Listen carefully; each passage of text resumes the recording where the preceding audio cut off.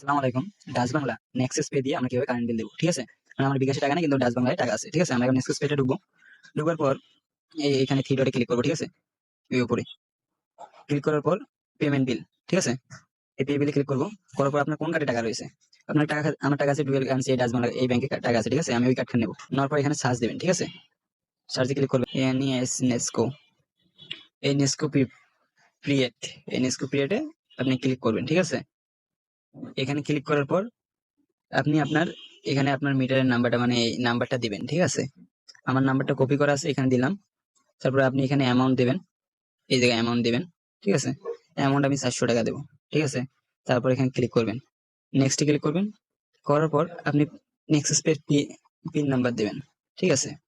তারপর এসে পে বিলে ক্লিক করবেন, এসে গো বিল ক্লিক করার পর আপনার ভেরিফিকেশন আসবে, ঠিক আছে? ভেরিফিকেশনটা হলো হচ্ছে 055775। ওকে, দেখেন আমার কিন্তু বিলটা চলে যাচ্ছে, চলে গেছে, ঠিক আছে? টোকেন নাম্বার মেসেজে দিয়ে দিছে এখানে, ঠিক আছে? মেসেজে দিছে। তারপর যদি আপনাকে লাগে তারপর আপনি এটা নিয়ে নেবেন, ঠিক আছে? এই টোকেন নাম্বারটা এটা ডাউনলোড করে নেবেন।